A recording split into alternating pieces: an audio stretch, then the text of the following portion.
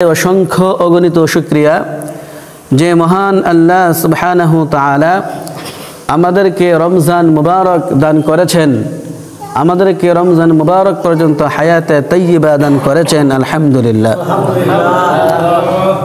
আল্লাহ সুবহানাহু ওয়া তাআলা আমাদেরকে রমজানের পরিপূর্ণ বরকত, পরিপূর্ণ বারাকা, পরিপূর্ণ রহমত অর্জন করার তৌফিক দান করুক। গত জুমায় একটা আলোচ্য বিষয় ছিল, যেটা আমি আপনাদেরকে শোনানোর নিয়তে আসছিলাম। রোজাটা পরিপূর্ণ হবে কিভাবে? আমি যদি ৬টা বিষয় থেকে বিরত থাকি তাহলে আমার রোজাটা পরিপূর্ণ হবে, নতুবা শুধু আমার আর আপনার রোজাটা অনর্থক উপবাস থাকা হবে, পরিপূর্ণ সওয়াব আমি পাবো না। এই বিষয়টা ছিল। কিন্তু গতকাল ওখানে আসার পর ওদের এখানে তো বক্তব্যের খতিব সাহেব নাই, তাই বলতেছেন আমাদের এখানে জোর করে দিয়েছেন, আসছেন জুমাটা পড়ান। আমি আর ছুটতে পারিনি। তা আজকে এর চেয়ে গুরুত্বপূর্ণ বিষয় হলো, আজকে রমজানের 13 তারিখ, আগামী শুক্রবার রমজানের 20 তারিখ হবে। দেখতে দেখতে প্রায় 10 দিন 13 দিন চলে যাচ্ছে।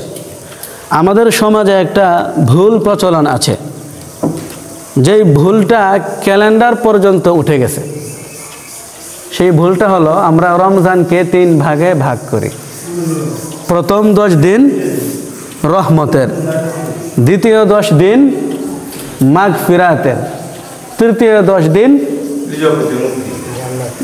জাহান্নাম থেকে মুক্তি মানে নাজাতের। এই 3 ভাগে আমরা ভাগ করে থাকি, যেই ভাগটা একেবারে ক্যালেন্ডার পর্যন্ত পৌঁছে গেছে। যার কারণে আমরা অনেকেই মনে করি রমজান এই 3 ভাগে বিভক্ত। এই ভাগটা আদৌ বিশুদ্ধ কোনো হাদিস দ্বারা প্রমাণিত না, যে প্রথম 10 দিন রহমত, দ্বিতীয় 10 দিন মাগফিরাতের, তৃতীয় 10 দিন নাজাতের। এমন কোনো ভাগ, এমন কোনো কথা বিশুদ্ধ হাদিস দ্বারা প্রমাণিত না। এর মানে হলো, পুরো 30 দিনেই, পুরোটা মাসেই রহমতের, পুরোটা মাসেই মাগফিরাতের, পুরোটা মাসেই নাজাতের। এখানে ভাগ করার কোনো সুযোগ নাই। আল্লাহ তাআলা আমাদেরকে সহি বুঝ দান করুন।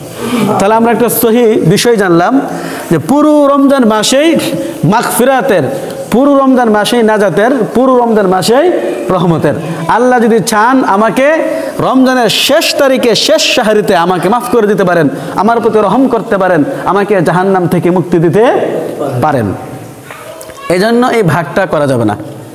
যদি কেউ এই ভাগটা আমাদেরকে বলেন, তাহলে আমি তার সাথে আবার ঝগড়া করতে যাব না, যেহেতু আমি সঠিকটা জানছি। আমাদের যে ভুলটা হয়ে থাকে, যখন আমরা একটা সঠিক জানি, তখন যে কেউ এই ভুলটা আলোচনা করে, তখন আমি একটু হেডন থাকি। তখন আমি বলে, আমি তো শুনছি অমুক হুজুর গেছে, আমি তো ভালোটা এটা জানি, তোমার এটা ঠিক না, তখন এটা ফেতনা হবে।